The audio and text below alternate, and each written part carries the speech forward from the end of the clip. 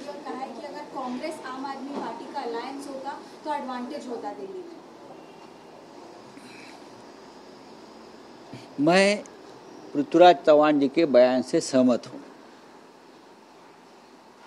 देखिए, कांग्रेस पार्टी और आम आदमी पार्टी दोनों भी हमारे साथी है इंडिया ब्लॉक के, तो हमारे लिए ये आसान नहीं है निर्णय लेना।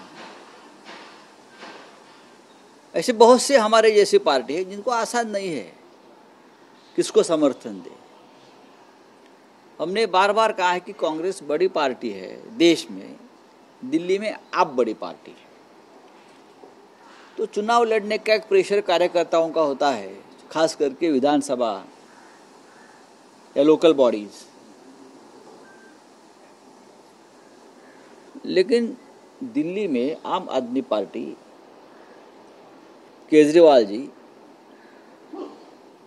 की ताकत सबसे ज़्यादा है और माहौल ये है कि दिल्ली में आम आदमी पार्टी चुनाव जीत रही है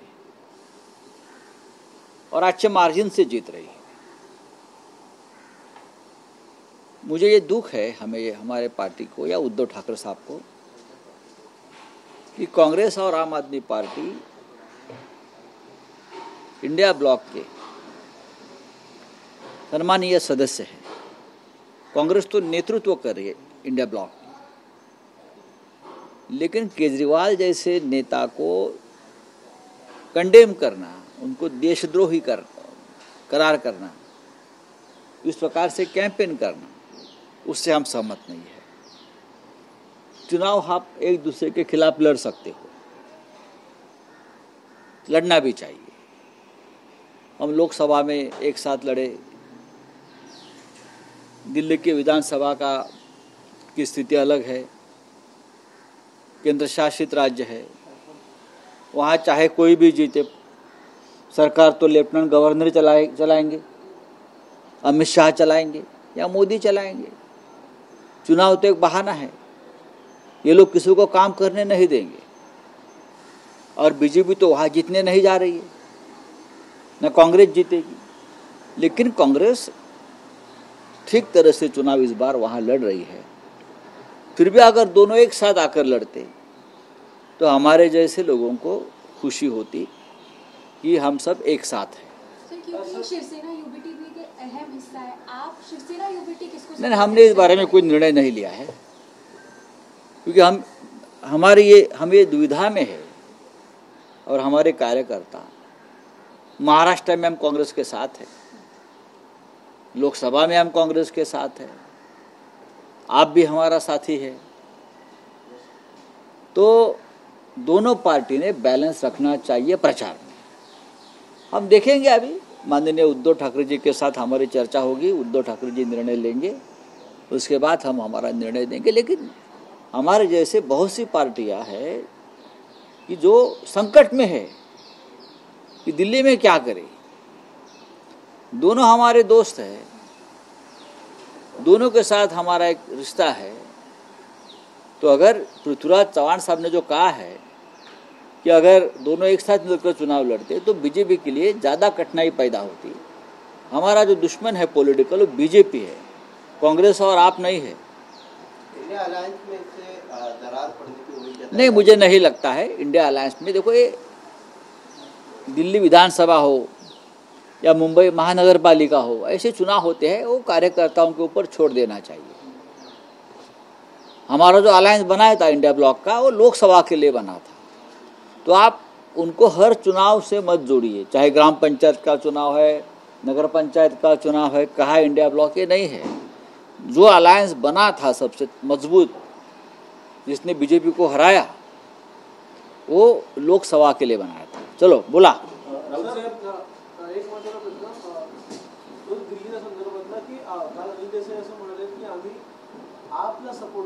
कोण म्हटलंय? नाही, बरोबर आहे, त्यांनी त्यांची भूमिका मांडली, पण आमच्या पक्षामध्ये त्याच्यावरती अजूनही एक भूमिका स्पष्ट होत नाही आहे। काँग्रेसही आमचाच पक्ष आहे, आम्ही एकत्र आहोत या क्षणी। महाराष्ट्रामध्ये आम्ही महाविकास आघाडीमध्ये आहोत, केंद्रामध्ये आम्ही इंडिया ब्लॉकमध्ये आहोत। एक मात्र नक्की की केजरीवाल आणि त्यांचे सहकारी हे आमच्या संपर्कात जास्त असतात. जो संवाद असतो तो केजरीवालजी आणि संजय सिंग असतील, राघव चड्डा जे असतील, ते जे प्रमुख नेते आहेत ते शिवसेनेशी त्यांचा संवाद हा सगळ्यात जास्त आहे. हे खरं आहे. पण पृथ्वीराज चव्हाण यांनी जे सांगितलेलं आहे, जर दिल्लीची विधानसभा आप आणि काँग्रेस एकत्र येऊन लढले असते तर अधिक चांगला निकाल मिळू शकेल अशी स्थिती आहे. पण दुर्दैवाने महानगरपालिका, नगरपंचायत किंवा दिल्लीसारख्या लहान विधानसभा याच्यामध्ये हे कार्यकर्त्यांच्या दबावामुळे, ईर्षेमुळे या गोष्टी शक्य होत नाहीत. जे दिल्ली विधानसभेच्या बाबतीत घडलं आहे काँग्रेस आणि आपमध्ये, ते उद्या कदाचित मुंबई महानगरपालिकेच्या बाबतीत सुद्धा होऊ शकतं. कारण शेवटी या लहान निवडणुका ज्या असतात विधानसभेच्या खालच्या, तिथे कार्यकर्त्यांचं मनोबल राखण्यासाठी आम्हाला जास्तीत जास्त जागा लढणं हे आवश्यक असतं. नाही, पण राऊत साहेब, तुम्ही ज्या इंडिया अलायन्सचा उल्लेख करतात त्या बाबतीत तेजस्वी यादव असं म्हणाले आहेत की इंडिया अलायन्स हे इतिहास जमा झालेला आहे. याच्याशी तुम्ही सहमत आहात का? नाही, मी सहमत नाही. इंडिया अलायन्स जेव्हा लोकसभा निवडणूक येईल तेव्हा पुन्हा इंडिया अलायन्स निर्माण होईल. आजही आहे. लोकसभेत, राज्यसभेमध्ये आम्ही इंडिया अलायन्स म्हणूनच काम करत असतो. बिहारमध्ये उद्या विधानसभेच्या निवडणुका येतील तेव्हा तेजस्वी यादव यांना काँग्रेस पक्षाबरोबर हात मिळवणी करून निवडणुका लढाव्या लागतील. JDU किंवा काँग्रेसबरोबर ते भाजपबरोबर निवडणुका लढणार नाहीत लालू यादव साहेब. या गोष्टी ज्या आहेत या जरतरच्या गोष्टी आहेत. आणि भारतीय जनता पक्ष किंवा त्यांचा जो NDA आहे त्यांच्या विरोधामध्ये उभं राहण्यासाठी सर्व विरोधी पक्षांची भक्कम एकजूट आवश्यक आहे. नाहीतर नरेंद्र मोदी आणि अमित शहा आणि त्यांचा जो पक्ष आहे भस्मासूर, तो सगळ्यांना खाऊन टाकेल. सर, काल मराठी भाषा संवर्धन मंत्री म्हणजे उद्योग मंत्री उदय सामंत जे दिल्लीला गेले होते, त्यांनी ताबडतोब शेतामध्ये चर्चा करून एक प्रत काढली. ती प्रत मराठी भाषेला अभिजात दर्जा देणाऱ्यांची प्रत होती सांस्कृतिक विभागाची. पण आता असं कळतं की हा जो जी आहे तो 4 ऑक्टोबर रोजीच निघालेला होता. 3 ऑक्टोबरला जेव्हा जाहीर केलं त्याच्या दुसऱ्या दिवशी 4 ऑक्टोबरला तो निघाला होता. काल त्यांनी जी प्रत दाखवली ती वेगळी होती. म्हणजे थोडं मिसकम्युनिकेशन वाटतं. नाही, महाराष्ट्रातल्या आमच्या मंत्र्यांना अजून मराठी भाषा, संस्कृती, संस्कार, अस्मिता याच्याविषयी धडे द्यायची गरज आहे. आणि केंद्र सरकारने जेव्हा अभिजित भाषेसंदर्भातली घोषणा केली प्रधानमंत्र्यांनी, त्यानंतर जो आदेश निघाल्याशिवाय ते घोषणा करू शकत नाहीत. महाराष्ट्र सरकारने तात्काळ केंद्राशी संवाद साधून या संदर्भातला आदेश ताब्यात घ्यायला पाहिजे होता. पण राज्यातल्या संबंधित मंत्र्यांना मराठी भाषेच्या संवर्धनापेक्षा इतर काही महत्त्वाची कामं हातामध्ये असतील, त्याच्यामुळे त्यांच्याकडनं हा घोळ झाला असेल. राऊत साहेब, NCP दोन्ही गटांमध्ये सध्या बातम्यांची खूप चर्चा आहे. NCP शरद पवार गटाचे आमदार सोडले जाण्याची शक्यता व्यक्त केली जाते आणि सुनील तटकरेंचं एक विधान सध्या चर्चेचा विषय आहे. त्यांनी खंडन केलेलं आहे, बाप आणि लेकीला सोडा, आमच्या बरोबर या. स्वतः तटकरेंनी त्याचं मी असं कधीच म्हणालो नाही असं ते म्हणत आहेत. बघा, हे जे चर्चा जी अजित पवारांपासून तटकरेपर्यंत आणि प्रफुल्ल पटेल यांच्यापर्यंत या सगळ्यांना आज जे काही मिळालं आहे हे शरद पवार साहेबांमुळे मिळालं आहे. त्यांची जी किंमत आज बाजारात आहे ती शरद पवारांनी निर्माण केली. जसं आमच्याकडे एकनाथ शिंदेपासून त्यांच्याबरोबर जे 40 चोर गेले, त्या चोरांची किंमत जी आहे ही शिवसेना, माननीय बाळासाहेब ठाकरे, उद्धव ठाकरे यांच्यामुळे आहे. पण ज्या प्रकारची भाषा ही खरी असेल की बाप लेकीला सोडा आणि आमच्याकडे या, ही भाषा म्हणजे अमानुष आहे, क्रूर आणि निर्घृण आहे. संतोष देशमुखचा खून जेवढा निर्घृण आहे तेवढीची भाषा निर्घृण आहे. ज्या पितृतुल्य नेत्यानं तुम्हाला या स्तरावर नेलं, तुम्ही बाप आणि लेकीला सोडा या भाषेपर्यंत येता का? तर तुम्हाला केंद्रामध्ये एक मंत्रिपद मिळवायचं आहे आणि अमित शहाला खुश करायचं आहे, मोगॅम्बोको खुश करणे आपको. हा म्हणून पवार. आणि मला आश्चर्य वाटतंय, पुन्हा या कठीण परिस्थितीत पवार साहेबांनी 8 खासदार निवडून आणले त्या परिस्थितीत कष्ट करून ते जर सोडून जात असतील त्यातले काही लोक, तर मला असं वाटतं ते रावणाचे वंशज आहेत. जर कोणी सोडून जात असेल उद्धव ठाकरेंना किंवा शरद पवारांना, कारण फार मोठ्या कष्टाने निवडून आणलेले आहेत, पक्ष गेला, चिन्ह गेलं, वणवण फिरले उद्धव ठाकरे साहेब आणि शरद पवार साहेब, आणि तरीही परत हे फोडतायत आणि तुम्ही फुटताय, हे कंस आणि रावणाचे वंशजच असतील, निर्गुण आणि अमानुष असतील, त्याशिवाय हे सोडू शकणार नाही, लक्षात घ्या. राऊत साहेब, विधानसभा निवडणुकीत RSSने जी व्यूहरचना आखली किंवा भाजपच्या विजयात जो सहभाग नोंदवला, शरद पवार यांनी काल बैठकीत RSSचं कौतुक केलं आहे आणि इंडिया किंवा महाविकास आघाडी संदर्भातही त्यांनी म्हटलंय की लोकसभा निवडणुकीच्या विजयाच्या रुंदीत होते आणि विधानसभा निवडणुका या हाताचा मळ असल्यासारखं वागले गेले किंवा त्या आविर्भावात राहिले. बघा, माननीय पवार साहेबांशी आमची या संदर्भात चर्चा झालेली आहे वारंवार. EVM हा एक विषय आहेच, पण RSSच्या कार्यकर्त्यांनी, संघ परिवाराच्या लोकांनी बूथ मॅनेजमेंट ज्या पद्धतीनं राबवली ते कौतुकास्पद होतं. हे मान्य केलं पाहिजे. प्रत्येक बूथवरती किती मतं वाढवायची आणि कशा पद्धतीनं वाढवायची, कशीही.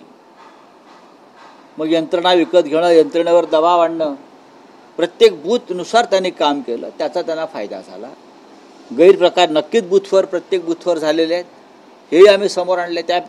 तसं नसतं तर प्रत्यक्ष झालेलं मतदान आणि मोजलेलं मतदानात जो फरक दिसतोय तो दिसला नसता. म्हणजे बूथ यंत्रणा ताब्यात घेऊन मतं टाकण्यात आली आहेत तिथे, त्याचा हिशोब लागत नाही. हे जर RSSने केलं असेल तर त्याचं कौतुक मी करणार नाही. पण लोकसभा निवडणुकीत विजयानंतर गाफील राहिलो हे पटकन नाही, ठीक आहे, विजयाची आम्हाला खात्री होती, पण गाफील कोणीच नव्हतं. विजयाची खात्री होती, पण ज्याला निवडणुका लढायच्या आहेत आणि जिंकायच्या आहेत त्या प्रत्येक उमेदवारांना आपली यंत्रणा ताकदीनं राबवली. राष्ट्रवादी काँग्रेस पार्टीच्या लोकांनी राबवली. मी स्वतः पाहिलेलं आहे. बारामती मतदारसंघात युगेंद्र पवार का गाफील होते का? नाही ना. खूप कष्ट करत होते. पवारसाहेब कष्ट करत होते, सुप्रियाताई सुळे कष्ट करत होत्या. मी अनेक उदाहरणे देईन तुम्हाला, जी NCP शरद पवार साहेबांचे असतील किंवा शिवसेनेचे असतील किंवा काँग्रेसचे असतील. जीवापाड मेहनत केली आहे लोकांनी, पण प्रत्येक बूथवर घोटाळे झालेले आहेत. RSSचं बूथ मॅनेजमेंट हे घोटाळ्याचं बूथ मॅनेजमेंट होतं, लक्षात घ्या. भाजपचं बूथ मॅनेजमेंट हे दबावाचं बूथ मॅनेजमेंट होतं आणि त्याच्यामुळे आम्ही हारलो. मी म्हणतो ना, मग त्याशिवाय झालेलं मतदान बूथवरचं आणि मोजलेलं मतदान हा फरक जो सारखा समोर येतोय त्याच्यावरती कोणी काय बोलतंय का? त्याच्यावर बोला. सर, एक बातमी आज सामनामध्ये झाली, म्हणजे काळ्या लॅम्बोर्गिनीच्या संदर्भात चर्चा काल दिवसभर मंत्रालयात होती. ही लॅम्बोर्गिनी अचानक आली, कोणतेही प्रवेश हे नसताना तिला आतमध्ये सोडण्यात आलं. 1 नंबरचं त्याच्यावर हे होतं, रजिस्ट्रेशन DTच्या नावाने होतं. काय लॅम्बोर्गिनीमध्ये गुड नेमकं काय? ते गुड आहे. धूमकेतूप्रमाणे ती उगवली आणि निघून गेली. तुम्ही त्याचा शोध घेतला पाहिजे, नाहीतर आम्ही शोधण्याच्या प्रयत्नामध्ये आहोत. आमच्या हातामध्ये काही गोष्टी लागलेल्या आहेत, एवढंच सांगितलं. राऊसाहेब, आणखी एक विषय आहे. अजित पवार यांनी काल केंद्रीय गृहमंत्री अमित शहा यांची भेट घेतली. धनंजय मुंडेंच्या राजीनाम्यासंदर्भात राज्यात दबाव वाढतो आहे असं म्हटलं जातं की अमित शहानी या प्रकरणाची माहिती घेतली, पण अजूनही धनंजय मुंडे यांना अभय दिलं जात आहे. या महाराष्ट्रामध्ये सध्या सगळ्यात माफियांना अभय आहे, सगळ्यात माफियांना राजकीय आशीर्वाद आहेत आणि जे पक्ष सरकारमध्ये आणि सत्तेमध्ये आहेत त्यातले अनेक मंत्री हे थेट माफियांशी संबंधित, खंडणीखोरांशी संबंधित आहे. धनंजय मुंडे यांच्या राजीनाम्यासाठी सर्व स्तरावर दबाव आहे, आक्रोश आहे. अजित पवारांची हिंमत नाही आणि देवेंद्र फडणवीस यांची हिंमत नाही, कारण ही संतोष देशमुख यांचा खून, सोमवंशी सूर्यवंशी याचा खून एक फार मोठं षडयंत्र आणि कारस्थान होतं. त्याच्यामध्ये नक्की काय आहे हे सांगण्यापेक्षा आपली मतबँक सांभाळण्यासाठी जातीची मतबँक वोट बँक सांभाळण्यासाठी खऱ्या खुन्यांना वाचवण्याचा प्रयत्न सुरू आहे, तो निषेधार्ह आहे. धनंजय मुंडे यांच्या लोकांनी ज्यांचे खून केले ते त्यांच्या समाजाचे आहेत. समजलं का? 90% खून हे बीड भागातले, बीड किंवा केज या भागातले, परळीतले हे त्यांच्या समाजाचे आहेत. यात जात आणू नका. अपराधी असतो, अपराध्याला जात आणि धर्म नसतो. चला, सूर्यवंशी यांच्या कुटुंबियांनी सरकारने दिलेली मदत नाकारली. तुम्ही खून करायचे आणि खुनाची किंमत मोजायची, हा काय प्रकार? तुम्ही त्यांचा खून हा पोलीस कस्टडीत झाला, हा कोठडीतला खून आहे, आणि तुम्ही ज्यांनी खून केले त्यांचं समर्थन विधानसभेत करता आणि त्या पापाचं प्रायश्चित म्हणून 10 लाख रुपये देता.